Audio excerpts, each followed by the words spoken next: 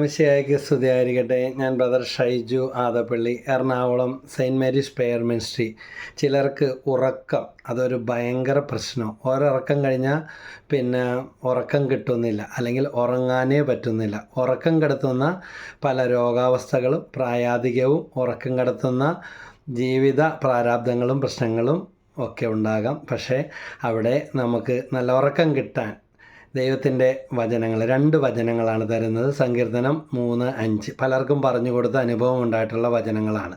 സങ്കീർത്തനം 3:5, സങ്കീർത്തനം 4:8. സങ്കീർത്തനം 3:5 പറയുന്നു, ഞാൻ ശാന്തമായി കിടന്നുറങ്ങുന്നു, ഉണർന്നെഴുന്നേൽക്കുന്നു, എന്തെന്നാൽ ഞാൻ കർത്താവിൻ്റെ കരങ്ങളിലാണ്. അടുത്ത വചനം സങ്കീർത്തനം 4:8, ഞാൻ പ്രശാന്തമായി കിടന്നുറങ്ങുന്നു, എന്തെന്നാൽ കർത്താവേ അങ്ങ് തന്നെയാണ് എനിക്ക് സുരക്ഷിതത്വം നൽകുന്നത്. എല്ലാം ഏൽപ്പിച്ചു കൊടുത്തിട്ട് ഈ വചനം ആവർത്തിച്ച് പറഞ്ഞുറങ്ങാൻ കിടന്നോ, അത്ഭുതം നടക്കും. പ്രൈസ്